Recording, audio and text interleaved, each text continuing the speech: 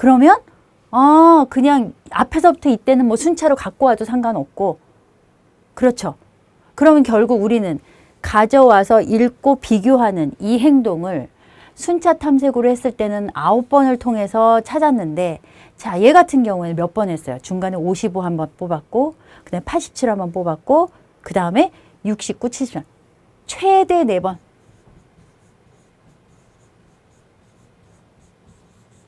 번에 찾을 수 있습니다. 단지 정렬돼 있다고 가정만 했을 뿐인데, 이 정렬돼 있다고 가정한 상태에서 우리는 9번에 뽑을 일을 4번에 뽑을 수 있게 되는 거죠. 자, 이 간단한 문제에서 우리는 아주 중요한 결과를 알 수 있습니다. 순차 탐색은 앞에서부터 차례대로 전수검사하고 있음을 알 수 있고요. 이것은 찾는 숫자가 맨 처음에 있다면 사실 73이 아니라 내가 20을 찾는 거야 라고 하면, 20이 아니라 37을 찾는 거야 라고 하면 순차 탐색은 어때요? 그냥 첫 번째 카드 바로 찾죠.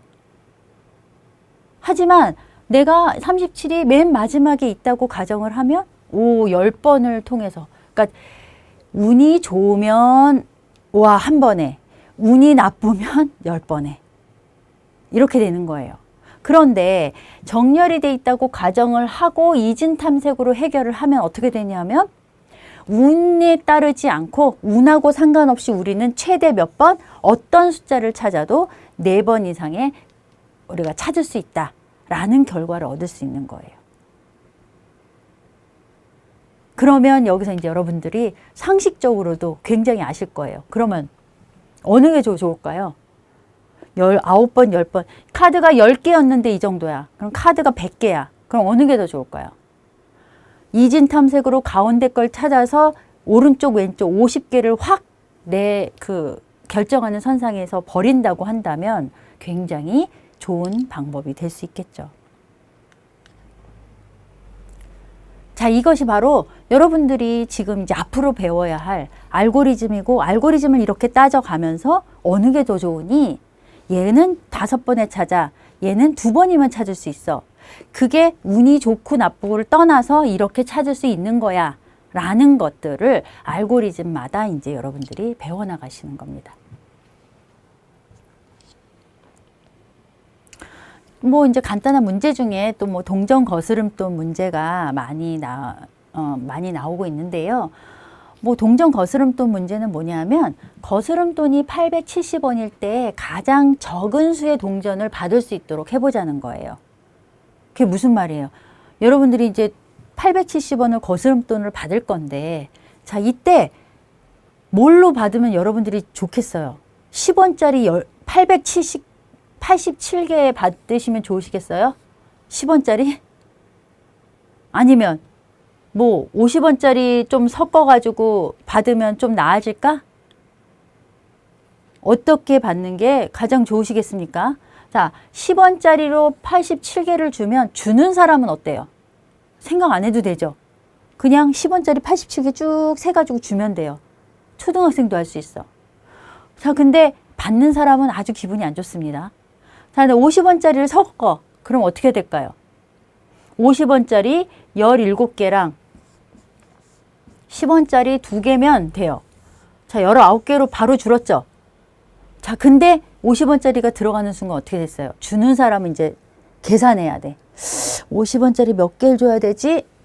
이제 주는 사람이 조금 더 고민을 하고, 받는 사람은 좀 더 좋아지는 상태가 됩니다. 자, 그러면 이제 100원짜리를 넣으면 어떨까요? 100원짜리는 8개, 뭐 50원짜리 1개, 10원짜리 2개. 주는 사람은 좀 더 고민을 하겠지만 받는 사람도 어느 정도 만족할 수 있다. 자, 그럼 500원짜리를 이제 주면 어떻게 돼? 몇 개면 돼요? 870원이니까 500원짜리 1개, 100원짜리 3개, 50원짜리 1개, 10원짜리 2개. 자, 요것만 받으면 우리가 아주 해피한 그 거스름돈을 받게 된다는 거죠. 그러면 이 1개, 3개, 1개, 2개라는 이 결과값을 어떻게 알고리즘으로 만들어서 해결할 것이냐라는 거예요. 그걸 이제 말로 표현해 보세요. 어떻게 하시겠어요? 초등학생한테 이렇게 작은 동전을 거스름돈을 하도록 규칙을 만드시는 거죠. 어떻게 하시겠어요? 먼저 나 870원이지?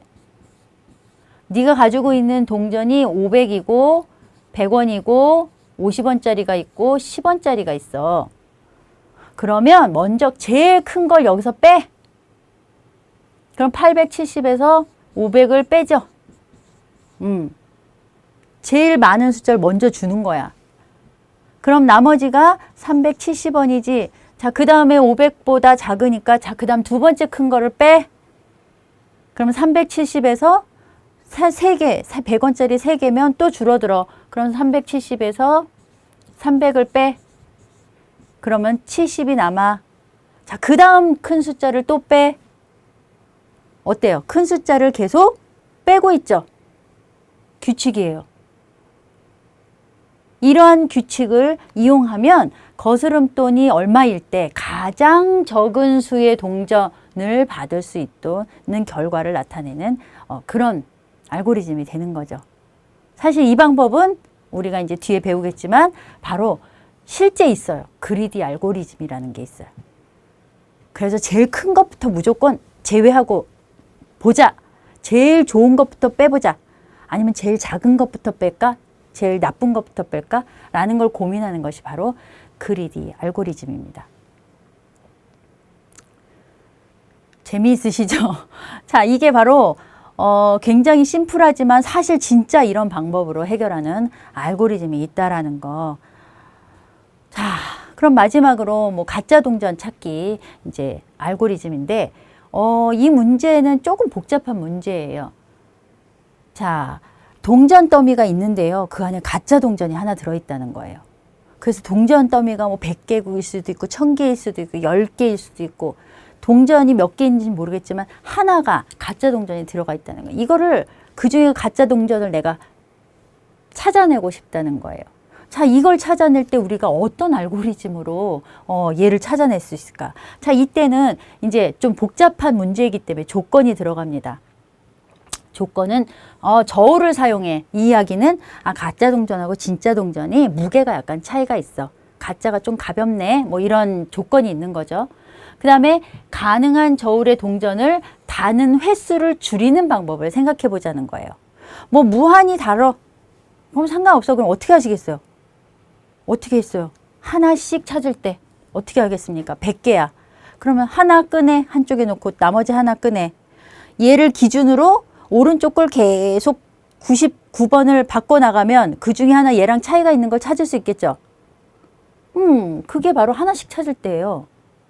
그럼 몇 번 달아요? 저울을. 99번 달죠? 맞습니까? 동전 100개면. 자, 그럼 2개씩 짝지어 봅시다. 아니야. 그러지 말고 2개를 갖고 와, 2개. 2개를 갖고 와서 저울 한 번 달 때 2개를 그냥 없애버리면 더 좋잖아. 그럼 어떻게 하시겠어요? 2개 갖고 와서 달고 똑같네? 얜 진짜. 2개 갖고 와서 달고 똑같네? 진짜. 2개 갖고 왔는데 다르네? 얘가 가짜. 이렇게 찾으실 수 있잖아요. 그럼 맥시멈 몇 번? 50번 만에 찾을 수 있잖아요. 그죠? 자, 그러면 전체 동전을 묶음으로 한번 생각해 봅시다. 100개인데 50개씩 반으로 뚝 잘라. 그러면 이 저울에 50개, 이 저울이 50개는 50개 중에 가짜 동전이 포함된 저울이 더 가볍겠죠? 그 하나 때문에 무게의 차이가 있을 거 아니에요. 그러면 이쪽 50개는 다 진짜니까 버리고 50개가 남습니다. 그럼 50개를 또 반으로 쪼개 25개씩. 그럼 또 25개 또 버려. 25개를 또 반으로 쪼개. 자, 그럼 25개에서 반으로 쪼개면 몇 개씩 되죠? 12개씩, 12개씩. 하나가 남네? 얘는 그럼 나중에 한번 다시 재보자. 그럼 12개씩, 12개씩. 12개 또 버려. 자, 6개, 6개. 또 버려. 3개, 3개. 마지막에 3개가 남았을 때 2개를 빼고 나머지 1개가 남죠. 자, 걔는 얘랑 비교하면 되잖아요. 그러면 여러분들이 총 몇 번을 합니다. 50번, 25번, 12개, 6개, 3개, 1개, 그 다음에 마지막 1개. 최대 몇 번? 7번이면 찾을 수 있어요. 가짜 동전을. 우리가 조건이 가능한 저울의 동전을 다는 횟수를 줄이는 방법을 생각해. 어느 게 제일 좋습니까? 당연히 얘가 더 좋겠죠. 그렇지만 조금 알고리즘적으로 힘든다는 건 알고 있어요. 뭐예요? 동전을 일단 반으로 나누어야 되죠. 자, 반으로 나눈 거 컴퓨터로 하면 어떻게 하시겠어요? 그거는 하지만 어떠한 행동에 대한 거기 때문에 우리가 알고리즘 성능하고는 우리가 생각하지 않습니다. 자, 어찌됐건 자, 이런 가짜 동전을 찾는 문제를 통해서도 여러분들이 간단하게 방법에 따라서 우리가 그 차이를 느끼실 수 있으셨길 바랍니다.